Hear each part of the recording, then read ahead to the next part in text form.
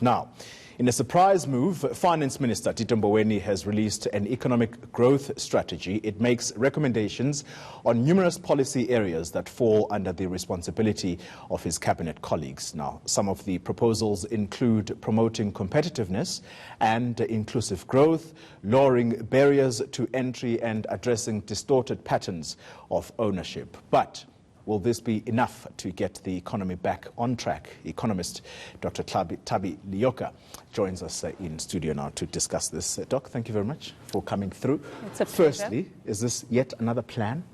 It's not a plan. It's a strategy document that was released by the National Treasury yesterday afternoon. And as you mentioned in your clip, that it includes various programs and projects that will require the coordination and involvement of several government departments. And so we hope that this plan is adopted, or this document is adopted, and it deals with both short-term and long-term strategies to growth. And I think that it's something that should be prioritized.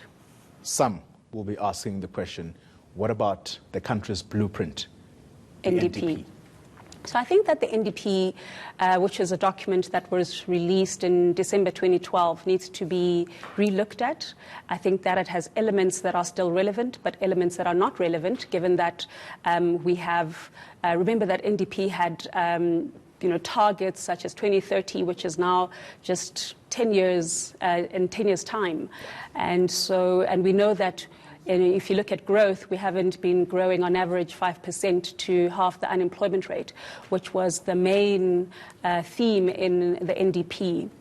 So I think that whilst the NDP, and the President has mentioned the NDP recently as still the blueprint, it still needs to be, I think, reworked and modernized, so to speak.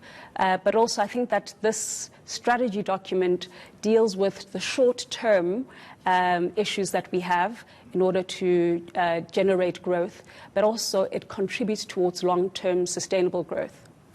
Let's go through just some of the themes, because it's anchored on 5 themes, this plan by the Finance Minister. And just quickly going through them: modernizing network industries, lowering barriers to entry for new businesses, promoting agriculture, implementing flexible industrial policies, promoting export competitiveness, and harnessing regional growth opportunities. I'm quite interested in that last bit. Talk to us about that. Have you gotten the detail of exactly what he plans to do here? Well, there are great opportunities on the region, and I think that if you look historically, South Africa has tended to be exposed to the European market for trade, exports especially. And with the European market or European economies not growing, and also the need to actually focus on our region and the African region, I think this gives us an opportunity for many of our sectors, especially the services sectors and agriculture, manufacturing, mining, and tourism, which were specifically mentioned in the document. I think that it will also help with the Africa Free Trade Agreement that we recently signed. And this is an opportunity to actually put that plan into action. We also talk about the network industries, modernizing network industries.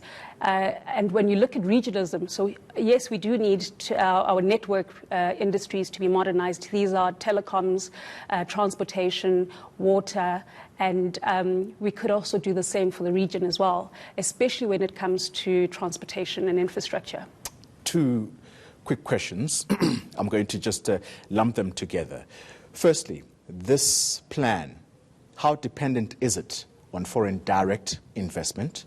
But lastly, and also importantly, because the document itself does point out the political space and how that has been inhibiting the growth potential, does this have the endorsement of the ANC and its alliance partners? Yeah.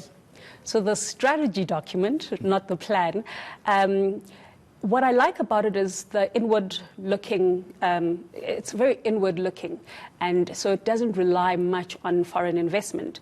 It is a document that looks at how we can clean up our house, so to speak, and do the necessary reforms in order for us to ultimately attract foreign investment. So it's one of those, if we build it, they will come, rather than going out there and trying to attract foreign investment when we know that growth has been slow for the past couple of years, when we know that per capita growth has been slow, we know that productivity growth has been slow, we know that unemployment has been increasing, and we know that the inequality gap is increasing.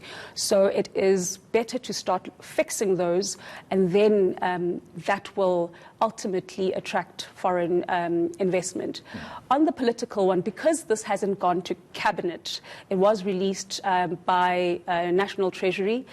I like the way it comes across as also quite academic. So it does reference academic work that has been done by various people, both internally and outside of South Africa.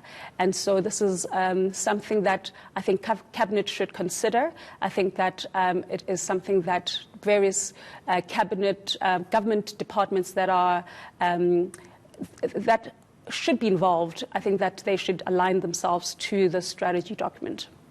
And I'm going to get into trouble with my producer. She's actually screaming at me right now, but I can't not ask this question. Measurable targets. This document doesn't seem to have targets. Is this the way to insulate himself from failure, some will say? I don't think it's from failure, but I do think that in the past we've had these unreasonable targets, 5% growth, when we knew that we weren't putting in place steps to generate that level of growth. I think that the document talks about increasing growth and increasing potential growth by 2 to 3 percentage points, which is pretty reasonable. It's not bold, it's reasonable, and I think it's small steps towards reaching potential growth that we ought to have. Dr. Thabi Leoka, thank you very much for making the time to come talk to us here so early in the morning, talking to us about this new economic strategy, not plan, that's been published by the Finance Minister, Tito Mboweni, on the Treasury website.